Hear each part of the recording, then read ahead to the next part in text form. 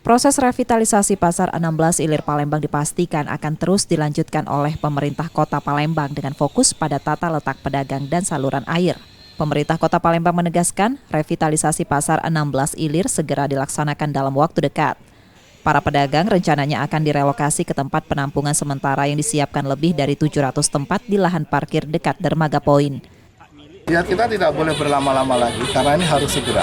Ya kan? Segera itu ada pentahapannya kan, ini ada jangka pendeknya, jangka menengah, jangka panjangnya kan. Nah, jangka pendeknya kita benahi dulu yang sesuai dengan perencanaan yang sudah ada.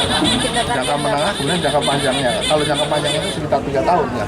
Ya, kurang lebih 3 tahun kalau seandainya tidak dikeluarkan. Kalau mereka keluar semua insya Allah 2 ya, tahun. Kalau mereka semua cepat, ya kita segera cepat juga. Pasar ini memiliki 1.050 petak dagangan, namun hanya 439 pedagang yang beroperasi saat ini.